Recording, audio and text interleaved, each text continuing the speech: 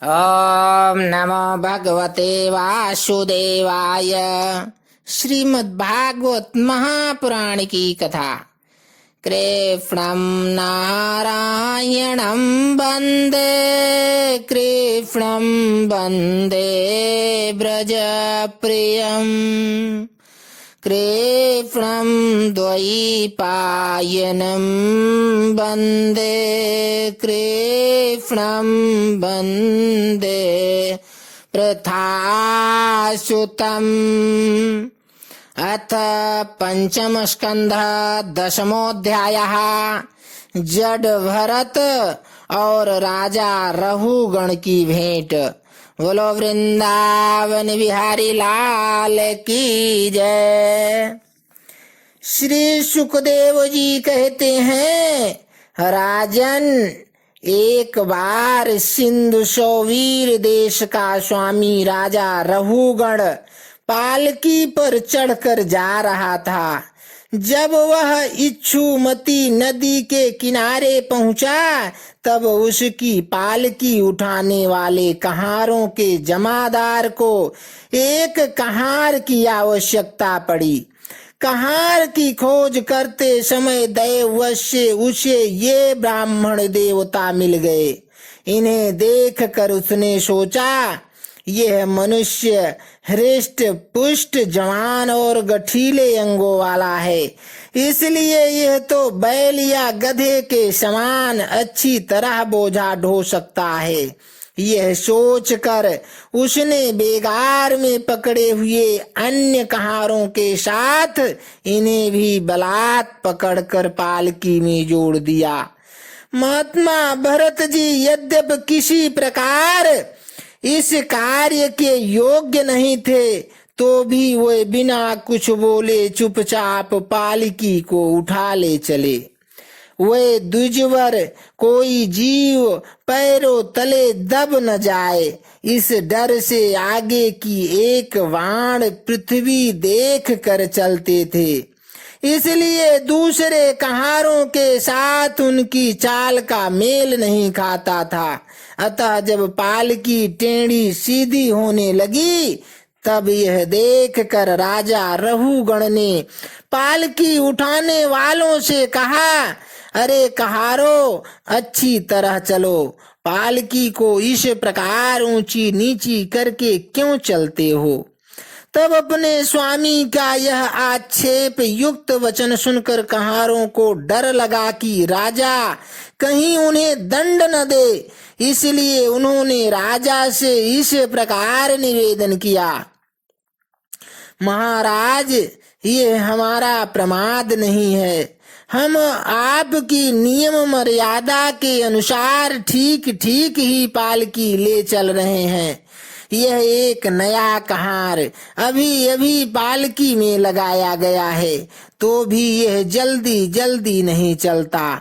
हम लोग इसके साथ पालकी नहीं ले जा सकते।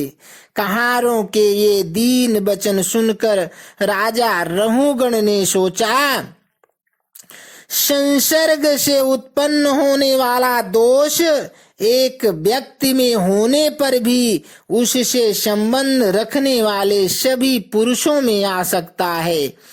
इसलिए यदि इसका प्रतिकार न किया तो धीरे धीरे ये सभी कहार अपनी चाल बिगाड़ लेंगे। ऐसा सोचकर राजा रहुगण को कुछ क्रोध हो आया।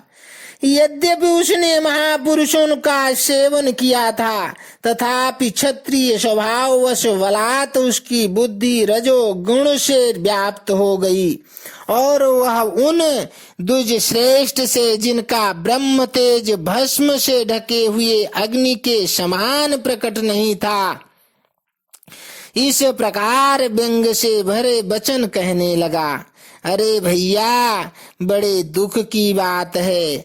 अवश्य ही तुम बहुत थक गए हो। ज्ञात होता है तुम्हारे इन साथियों ने तुम्हें तनिक भी सहारा नहीं लगाया। इतनी दूर से तुम अकेले ही बड़ी देर से पालकी ढोते चले आ रहे हो। तुम्हारा शरीर भी तो विशेष मोटा ताजा और हट्टा कट्टा नहीं है, और मित्र बुढ़ापे ने अलग तुम्हें दबा रखा है। इस प्रकार बहुत ताना मारने पर भी वे पहले की ही भांति चुपचाप पालकी उठाए चलते रहे। उन्होंने इसका कुछ भी बुरा न माना, क्योंकि उनकी दृष्टि में तो पंचभूत इंद्रिय और अंतःकरण का संघात यह अपना अंतिम शरीर अविद्या का ही कार्य था। वह विविध अंगों से युक्त दिखाई देने पर भी वस्तुतः था ही नहीं, इसलिए उसमें उनका मैं मेरेपन का मिथ्या अध्यास सर्वथा निवृत्त हो गया था और वे ब्रह्म रूप हो गए थे। किंतु पालकी अब भी सीधी चाल से नहीं चल रही थी। यह देखकर राजा रहुगण क्रोध से आग बबूला हो गया और कहने लगा, अरे यह क्या तू जीता ही मर गया है? तू मेरा निरादर करके मेरी आज्ञा का उल्लंघन कर रहा है। मालूम होता है तू सर्वथा प्रमादी है। अरे जैसे दंडपाणी यमराज जन समुदाय को उसके अपराध के लिए दंड देते हैं, उसी प्रकार मैं भी तेरा इलाज किए देता हूँ, तब तेरे होश ठिकाने आ जाएंगे। रहुगण को राजा होने का अभिमान था, इसलिए वह इसी प्रकार बहुत सी अनाप शनाप बातें बोल गया। वह अपने को बड़ा पंडित समझता था। अतः रज तम युक्त अभिमान के वशीभूत होकर उसने भगवान के अनन्य प्रीति पात्र भक्तवर भरत जी का तिरस्कार कर डाला। योगेश्वर की विचित्र कहानी करने का तो उसे कुछ पता ही न था। उसकी ऐसी कच्ची बुद्धि देखकर वे संपूर्ण प्राणियों के सुहृद एवं आत्मा ब्रह्मभूत ब्राह्मण देवता मुस्कुराए और बिना किसी प्रकार का अभिमान किए इस प्रकार कहने लगे। जड भरत ने कहा, राजन, तुमने जो कुछ कहा वह यथार्थ है, उसमें कोई उलाहना नहीं है। यदि भार नाम की कोई वस्तु है तो ढोने वाले के लिए है, यदि कोई मार्ग है तो वह चलने वाले के लिए है, मोटापन भी उसी का है। यह सब शरीर के लिए कहा जाता है, आत्मा के लिए नहीं। ज्ञानी जन ऐसी बात नहीं करते। स्थूलता, कृशता, आदि व्याधि, भूख, प्यास, भय, कलह, इच्छा, बुढ़ापा, निद्रा, प्रेम, क्रोध, अभिमान और शोक, ये सब धर्म देहाभिमान को लेकर उत्पन्न होने वाले जीव में रहते हैं। मुझ में इनका लेश भी नहीं है। राजन, तुमने जो जीने मरने की बात कही, सो जितने भी विकारी पदार्थ हैं, उन सभी में नियमित रूप से ये दोनों बातें देखी जाती हैं, क्योंकि वे सभी आदि अंत वाले हैं। यशस्वी नरेश, जहाँ स्वामी सेवक भाव स्थिर हो, वहाँ आज्ञा पालनादि का नियम भी लागू हो सकता है। तुम राजा हो और मैं प्रजा हूँ। इस प्रकार की भेद बुद्धि के लिए मुझे व्यवहार के सिवा और कहीं तनिक भी अवकाश नहीं दिखाई देता। परमार्थ दृष्टि से देखा जाए तो किसे स्वामी कहें और किसे सेवक। फिर भी राजन, तुम्हें यदि स्वामित्व का अभिमान है तो कहो, मैं तुम्हारी क्या सेवा करूं। वीरवर में मत, उन्मत्त और जड़ के समान अपनी ही स्थिति में रहता है। मेरा इलाज करके तुम्हें क्या हाथ लगेगा। यदि वह वास्तव में जड़ और प्रमादी ही हूँ तो भी मुझे शिक्षा देना पिसे हुए को पीसने के समान व्यर्थ ही होगा। श्री सुखदेव जी कहते हैं कि परीक्षित, मुनिवर जड भरत यथार्थ तत्व का उपदेश करते हुए इतना उत्तर देकर मौन हो गए। उनका देहात्म बुद्धि का हेतुभूत अज्ञान निवृत्त हो चुका था, इसलिए वे परम शांत हो गए थे।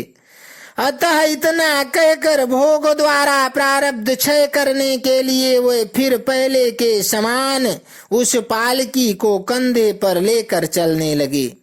सिंधु, शौवीर, नरेश, रहुगण भी अपनी उत्तम श्रद्धा के कारण तत्व जिज्ञासा का पूरा अधिकारी था। जब उसने उन द्विजश्रेष्ठ के अनेकों योग ग्रंथों से समर्थित और हृदय की ग्रंथि का छेदन करने वाले ये वाक्य सुने, तब वह तत्काल पालकी से उतर पड़ा। उसका राजमद सर्वथा दूर हो गया और वह उनके चरणों में सिर रखकर अपना अपराध क्षमा कराते हुए इस प्रकार कहने लगा, देव, आपने द्विजों का चिन्ह यज्ञोपवीत धारण कर रखा है। बतलाइए, इस प्रकार प्रच्छन्न भाव से विचरने वाले आप कौन हैं? क्या आप दत्तात्रेय आदि अवधूतों में से कोई हैं? आप किसके पुत्र हैं? आपका कहाँ जन्म हुआ है और यहाँ कैसे आपका पदार्पण हुआ है? यदि आप हमारा कल्याण करने पधारे हैं तो क्या आप साक्षात सत्य मूर्ति भगवान कपिल जी ही तो नहीं है? मुझे इंद्र के वज्र का कोई डर नहीं है, न मैं महादेव जी के त्रिशूल से डरता हूँ और न यमराज के दंड से। मुझे अग्नि, सूर्य, चंद्र, वायु और कुबेर के अस्त्र शस्त्रों का भी कोई भय नहीं है, परंतु मैं ब्राह्मण कुल के अपमान से बहुत ही डरता हूँ। अतः कृपया बतलाइए, इस प्रकार अपने विज्ञान और शक्ति को छिपाकर मूर्खों की भांति विचरने वाले आप कौन हैं?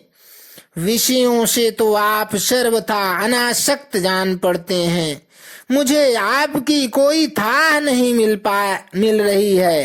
साधो, आपके योग युक्त वाक्यों की बुद्धि द्वारा आलोचना करने पर भी मेरा संदेह दूर नहीं होता।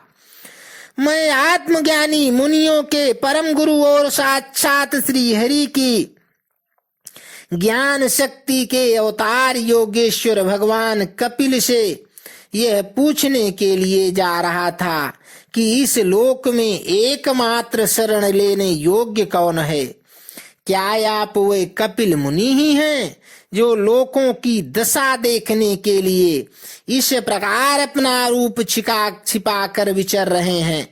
भला घर में आसक्त रहने वाला विवेकहीन पुरुष योगेश्वरों की गति कैसे जान सकता है? मैंने युद्धादि कर्मों में अपने को श्रम होते देखा है, इसलिए मेरा अनुमान है कि बोझा ढोने और मार्ग में चलने से आपको भी अवश्य ही होता होगा। मुझे तो व्यवहार मार्ग भी सत्य ही जान पड़ता है, क्योंकि मिथ्या घड़े से जल लाना आदि कार्य नहीं होता है। देहादि के धर्मों पर आत्मा पर भी कोई प्रभाव ही नहीं होता, ऐसी बात भी नहीं है। चूल्हे पर रखी हुई बटलोई जब अग्नि से तपने लगती है तब उसका जल भी खौलने लगता है और फिर उस जल से चावल का भीतरी भाग भी पक जाता है। उसी प्रकार अपनी उपाधि के धर्मों का अनुवर्तन करने के कारण देह, इंद्रिय, प्राण और मन की सन्निधि से आत्मा को भी उनके धर्म श्रमादि का अनुभव होता ही है।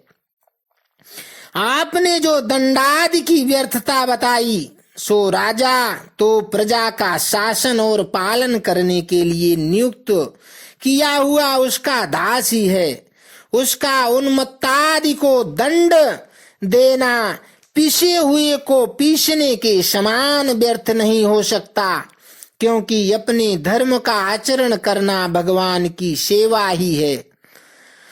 उसे करने वाला व्यक्ति अपनी संपूर्ण पाप राशि को नष्ट कर देता है। दीनबंधो, राजत्व के अभिमान से उन्मत्त होकर मैंने आप जैसे परम साधु की अवज्ञा की है। अब आप ऐसी कृपा दृष्टि कीजिए जिससे इस साधु अवज्ञा रूप अपराध से मैं मुक्त हो जाऊं।